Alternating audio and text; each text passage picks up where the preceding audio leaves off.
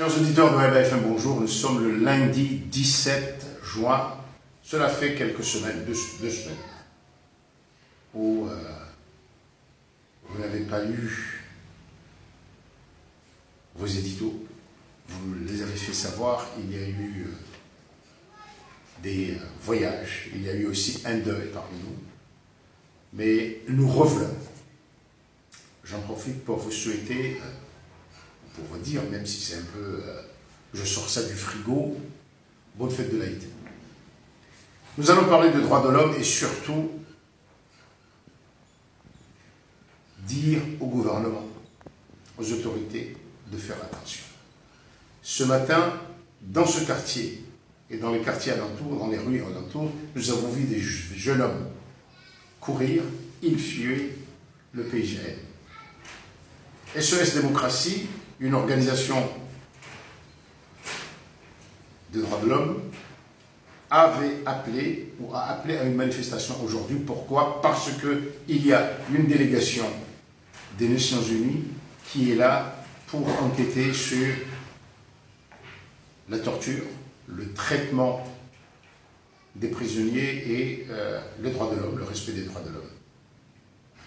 SOS Démocratie a en quelque sorte voulu démontrer que ces droits-là ne sont pas respectés. L'un des premiers droits, c'est le droit à la manifestation. Même si, je le répète, ces experts-là sont ici pour la torture et non pas les manifestations, mais c'est le début de tout. Et quand on regarde bien ce qui s'est passé, aujourd'hui, on voit qu'il y a un changement ici. Quel changement? Les jeunes qui ont répondu à l'appel à manifester se sont d'abord retrouvés place de l'indépendance.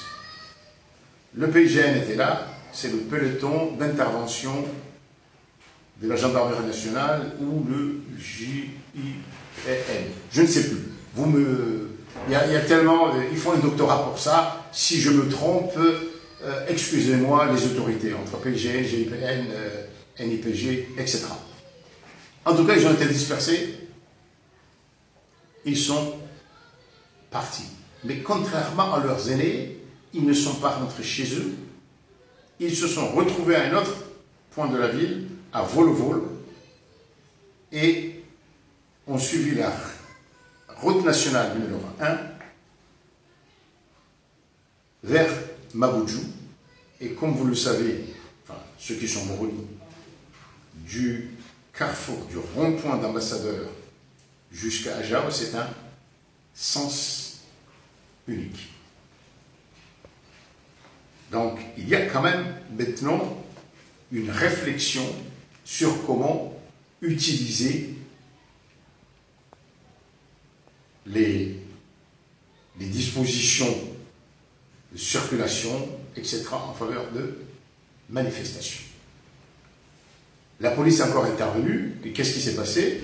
Certains ont été arrêtés, mais d'autres ont fui dans les ruelles, et là, au lieu de s'en aller, ils ont continué à sensibiliser la population.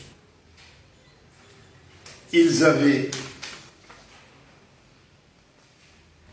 des papiers, disons ça, comme ça, très légers, tombés par terre, dépassant les reprennent. On peut se dire, ça ne veut rien dire, mais si, ça veut dire quelque chose. Ça veut dire qu'on commence à avoir des jeunes qui sont déterminés, qui s'organisent, qui peuvent aussi jouer et disperser la police. Nous avons toujours dit ici à Rema FM que nous sommes un trop petit pays pour cultiver les affrontements.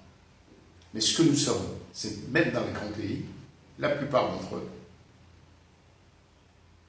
la force brute, les armes,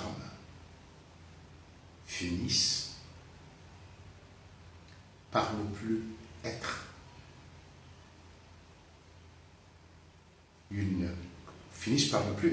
constituer quelque chose de dissuasif pour les militants qui luttent pour leurs droits.